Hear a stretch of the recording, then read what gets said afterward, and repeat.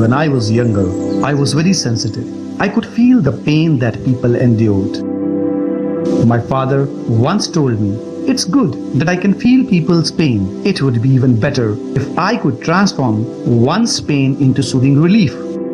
These words of my father nourished and nurtured the divinely planted seed in me to become a compassionate healer, and my journey with Ayurveda, the science of life, began. According to Ayurveda, our Panchabhautik body is an amalgam of space, air, fire, water, and earth, and solution to all chronic ailments lies in balancing these body elements.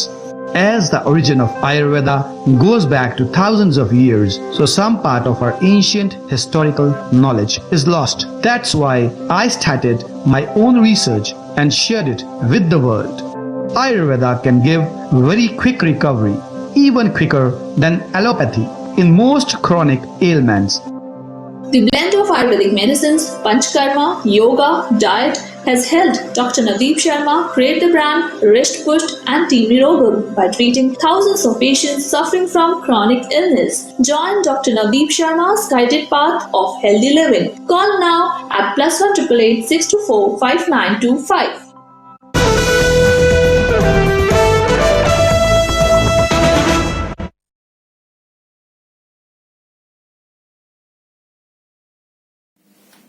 Hello दोस्तों, मैं doctor S K. Sudhanshu ND care Nirogam private limited की तरफ से हमारे channel रिष्ट पुष्ट पर स्वागत है। सबसे पहले मैं एक बात बताना चाहूँगा कि डॉक्टर नवदीप शर्मा से मुलाकात के दौरान उन्होंने इच्छा व्यक्त करी थी कि हरित की यानी हरर के बारे में सभी लोग कुछ न कुछ जानते ही हैं, लेकिन ऋतु हरितकी के बारे में नहीं जानते हैं, बहुत कम ही लोग जानते हैं। अतः एक सेशन ऐसा क्यों न कर लिया जाए जिसमें प्रत्येक ऋतु में अलग अलग अनुपान के साथ हरितकी का चूर्ण लेने से क्या फायदे होते हैं वो बतलाया जाए। अतः मैं आज आप सबों के समक्ष ऋतु हरितकी के बारे में चर्चा करने जा रहा हूँ। ऋतु हरितकी में दो शब्द है, ऋतु और हरितकी। ऋतु जैसा कि हम जानते हैं एक साल में 6 ऋतुएं होती है। प्रत्येक ऋतु 2-2 महीने का होता है। अलग अलग अनुपान उसको कहते हैं जो औषधि के साथ लेते हैं मिला करके, जैसे शहद के साथ मिला करके, अथवा कोई औषधि लेकर ऊपर से जल पी लेते हैं, पानी पी लेते हैं, जलपान। तो दोनों को ही अनुपान कहा जाता है। अनुपान अलग अलग होने से औषधि के गुण भी अलग अलग हो जाते हैं। अब यहाँ सबसे पहले मैं हरितकी के बारे में थोड़ा सा चर्चा करना चाहूँगा। हरितकी, जिसे वैज्ञानिक नाम साइंटिफिक नेम टर्मिनेलिया चेबुला है, इसे हरर, हरितकी, पथ्या आदि कई सिनोनिम्स हैं, पर्याय हैं। पथ्या इसलिए कहा गया है कि यह शरीर के लिए बहुत ही बेनिफिशियल है, कोई भी इसके नियम नहीं है, हर समय ले तब भी वह शरीर के लिए गुणकारी ही होता है, इसलिए पथ्या कहा गया है। बल्कि इसे माँ से कंपेरिजन किया गया है। जिस तरह माँ बच्चे को उसका पालन पोषण, उसकी अच्छाई बुराई हर एक चीज पर नजर रखती है, उसके अनुसार बनाती है, उसी तरह से यह हरितकी, हरर, सभी रोगों से इसके सेवन करने से सभी रोगों से दूर रखती है। हरितकी उष्ण वीर्य होता है। इसका अर्थ यह है कि हरितकी गर्म तासीर क्या होता है। यह त्रिदोषाग्न होता है। त्रिदोषाग्न का मतलब होता है, आयुर्वेद में 3 दोष है, वात, पित्त और कफ, और इन तीनों दोषों के बढ़ने से या घटने से डिजीज होती है, उसी को हम साम्यावस्था में लाते हैं, एक नॉर्मल स्टेज में ला देते हैं, तो रोग समाप्त हो जाता है। इसका विपाक मधुर होता है, मधुर होने से पित्त का शमन करता है, उष्ण होने से कफवात का शमन करता है। इस तरह से यह त्रिदोषाग्न है। त्रिदोषाग्न है। इसके अतिरिक्त यह श्रेष्ठ रसायन है। जैसा कि आप सभी जानते होंगे, यद जरा व्याधि नाशनम तद रसायनम, जो जरा और व्याधि दोनों को नाश करता है।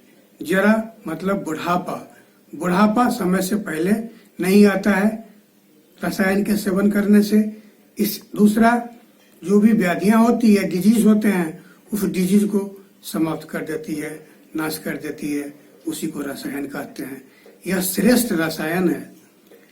इसके अतिरिक्त यह दीपन, पाचन,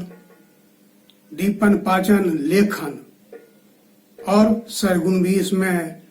दीपन उसको कहते हैं जो हमें भूख लगाती है।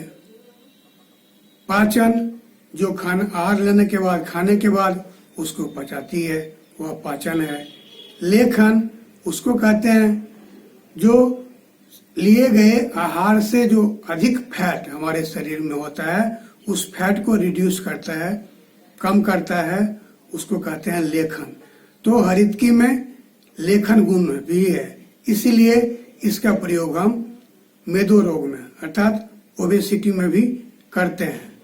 इसके अतिरिक्त यह यकृत, प्लीहा यानी लीवर के रोग, नेत्र के रोग, आई डिजीज जो भी होते हैं, सिरो रोग, गले से ऊपर जो भी रोग होती है, उस रोग में इसका प्रयोग करते हैं।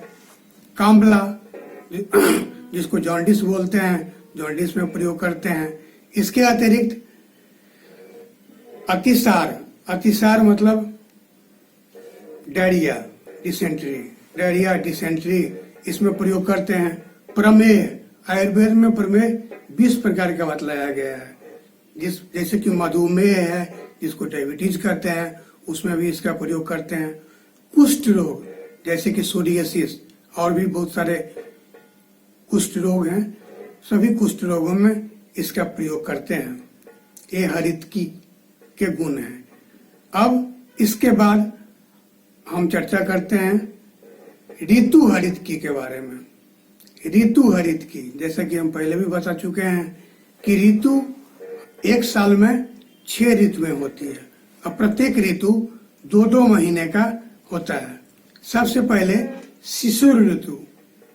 शिशिर ऋतु में अगर पिपली के साथ पिपली का अनुपान लेकर हरितकी के चूर्ण का प्रयोग करते हैं तो शिशिर ऋतु में होने वाले कोई भी डिजीज, उत्पन्न होने वाले कोई भी डिजीज नहीं हो पाता है और हम स्वस्थ रहते हैं।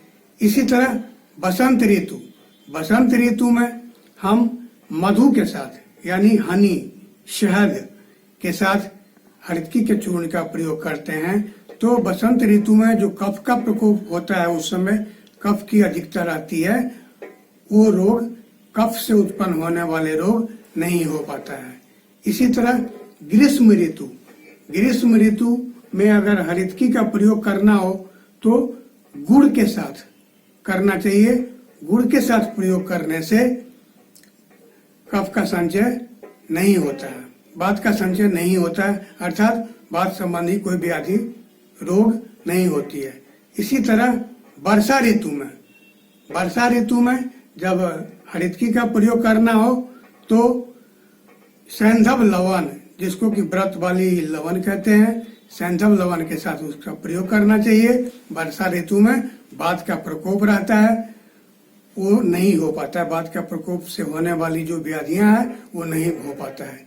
शरद ऋतु, शरद ऋतु में अगर हरितकी का प्रयोग हम शर्करा गन्ने से बनने वाली जो उत्पाद होती है उसमें सबसे उत्तम माना गया है शर्करा को, तो हरितकी के चूर्ण को अगर शर्करा के साथ हम करते हैं तो पित्त, उस समय पित्त प्रकोप होता है, पित्त से हमारे शरीर की अग्नि बढ़ जाती है, इससे जो रोग उत्पन्न होने वाला होता है वह नहीं हो पाता है। इसी तरह हेमंत ऋतु में जो रोग उत्पन्न होता है, कफ संचय होता है इसमें, तो कफ से होने वाली जो व्याधियां होती है उसको अगर हम शुंठी के साथ अर्थात सौंठ के साथ, शुंठ के चूर्ण के साथ प्रयोग करते हैं तो इससे उत्पन्न होने वाले जो कफ का संचय होता है वो नहीं हो पाता है और इससे उत्पन्न होने वाले रोग नहीं हो पाता है। इस तरह से ऋतु के अनुसार हमें इसका प्रयोग करना चाहिए और हर एक ऋतु में अगर इस तरह से इसके अनुपान के साथ प्रयोग करते हैं तो हम साल भर स्वस्थ रहते हैं और निरोग रहते हैं। इस तरह से यह जो हरितकी रसायन है, हरा रसायन है, उसका सेवन कर हर एक ऋतु में अलग अलग अनुपान के साथ सेवन कर हम स्वस्थ रहते हैं एवं रसायन का जो गुण है यद जरा व्याधि नाशनम तद रसायनम, उसको पूरी तरह से प्राप्त करते हैं, अर्थात रोग से भी मुक्ति रहते हैं, साथ ही साथ स्वस्थ रहते हैं, निरोग रहते हैं और बुढ़ापा भी समय से पहले नहीं आता है। इसीलिए सबसे उम्मीद करता हूं कि आप लोग जो है इस जानकारी से बेनिफिट लेंगे और प्रत्येक ऋतु में जो अनुपान बताया गया है उस अनुपान के साथ ही इसका सेवन करेंगे और ऋतु हरितकी जो बतलाया गया है उसको पूरी तरह से आपके लिए लाभदायक होगा। अंत में मैं ये कहना चाहूंगा कि एक बार इसको प्रयोग करें और प्रयोग करके एक दो ऋतु में देखें तो आपको लगेगा यह कितना बेनिफिशियल है, फिर आप सभी ऋतु में हरितकी के चूर्ण का प्रयोग करेंगे। धन्यवाद।